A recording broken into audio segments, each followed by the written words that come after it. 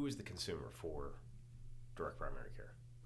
Who is the right clientele for that? The marketing world really rebels when I say everybody. We don't have like a clean cut demographic that I can point to and be like, boom, that's our target client right there. Everybody buys it for a little bit different reason, and what we're starting to see is like generational differences.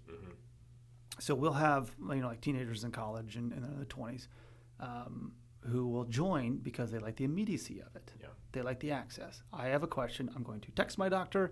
Boom, doctor gets back to me in like a few minutes. Hey, this is normal, or here's what to watch out for, or yeah, we should probably check that out. Yeah. Give me a call or come to the office. Most doctors will say, most of my clients will say, like, my goal is to keep you out of my office because your time is valuable. When's the last time you heard that from a doctor? Usually it's sit your ass in that chair for 3 hours and you wait until I'm ready. People in their 30s and 40s, those are the ones starting families. Going through my experience, I don't know how people have their first kid or multiple children without a doctor on speed dial who will answer on the weekends and after hours and everything. Most of the time, the answer is, yes, that's normal. And then you get to go back to sleep, not have to stay up and worry about it, for 3 or 4 days. Like, think of the quality of life on that one. Then you fast forward, like all through like the teenage, like the kid, like the 50s and 60s. So you started getting empty nesters. So now you got people who actually have the time. They're like, look, I'm close to retirement. I want to make sure that I can enjoy my retirement from a mobility standpoint and a health standpoint. I want to start getting more involved in my decisions from nutrition and exercise and this kind of stuff. And maybe I have high blood pressure. How do I help lower that?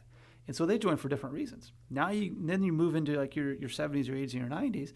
And those are people a lot of times who love the ability to come in and have all their answers, their questions asked. The older you get, perhaps you don't have a lot of people to talk to anymore. Yeah. It's a social aspect of it too. Somebody's going to come in and actually listen to you. A lot of old people we've talked to say, well, this doctor's keeping me alive, so why would I stop coming here? I don't understand your question. I don't get it. Yeah. So my point is, like, there's a lot of different. It's usually where people are in life that drive your motivation to actually join these practices. But the one thing I'll say the one thing that unites them is the vast majority of them have used the healthcare system in some other capacity, either as a user or as a caregiver in the past, and say, that was so terrible. I was so abandoned and lost before and belittled and dehumanized. I never want to do that again. I'm going to join this doctor who knows me, who understands me, who will listen to me, who builds trust. And if I ever have to go into something, like back into a hospital or something bad happens, I know that my family physician, my primary care doctor, who I trust, is going to be there holding my hand every step along the way. Yeah. A lot of times interpreting. So then you switch from like access and affordability, like, wow, this makes a lot of sense. Now you bring into something that it's advocacy. Now you have a doctor that you trust, kind of being your shield. That when you walk into that hospital, they're able to ask questions or tell you what questions to ask. You're an informed consumer. Bingo. As you said, going into that hospital. And you have somebody who has a back who says, you know what, let's get a second opinion about that. Is there anybody that this isn't for? I guess who would be that individual that or family that this wouldn't be for, this model? I would say the people that we hear from that join or cancel or say, no, this isn't really it. It's people that have never experienced a health issue before, and that's good. That's good for them. Do I think that they should still join to be able to have somebody who's accessible? Yeah, I totally do. I don't know if there's any like subset off the top of my head who says, you could not benefit from a better relationship from a physician who is on your side in your back pocket. Would you say that anybody with pre-existing conditions, would that be, I mean, I guess from the DPC membership. Pre-existing conditions do not exist in my offices. My clients' offices, our offices. We don't care if you're diabetic. Yeah. Your price doesn't change. The experience and the treatment doesn't change. Like, we would tailor a treatment, obviously, to whatever we need to heal you. We've had diabetics who are no longer diabetic after they joined through weight loss and exercise or diets, right? So they help you change the lifestyle as well, or they give you the advice. I've had doctors just say, you know what, you need to lose weight because if you lose weight, like your diabetes is caused by your weight. Mm-hmm. I want to see you every single week. We're going to go through meal planning. We're going to go through nutrition planning. I mentioned earlier, it's like we don't just treat, like we want to heal and keep you healthy. You're not going to have that experience anywhere else. Yeah. Sometimes it's education and just change of lifestyle to make that happen. Mm-hmm.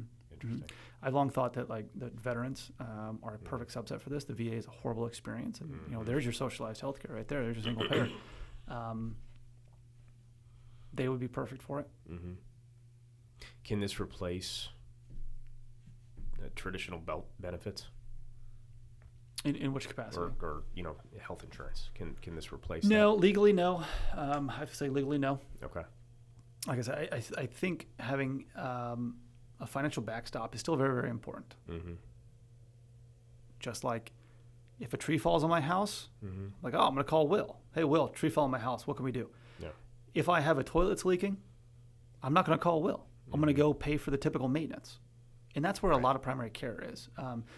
I like to visualize American healthcare as an inverted pyramid. Mm-hmm. Primary care is at the very tip that's sitting on the ground. It's wobbly as hell. It's inconsistent, but that is where we treat a lot of well-trained primary care physicians and family docs as gatekeepers. Okay. They're very expensive data clerks and gatekeepers, so that we can then go see specialists. Mm-hmm. We invest the least amount of money and time at the primary care level, when in reality they are generalists, which means that they have range. Mm-hmm. Going back to the theme, right? I want to knock that pyramid on its side and build a strong foundation of primary care that the vast majority, say 80-85% of a typical American's health needs can be met at the primary care level. Okay. Then you start going up the pyramid if things need to be escalated outside the primary care office. I'm not going to say here and say, every doctor, primary care doctor in the world is comfortable handling X, Y, Z conditions. Everybody's going to be different, mm-hmm. right?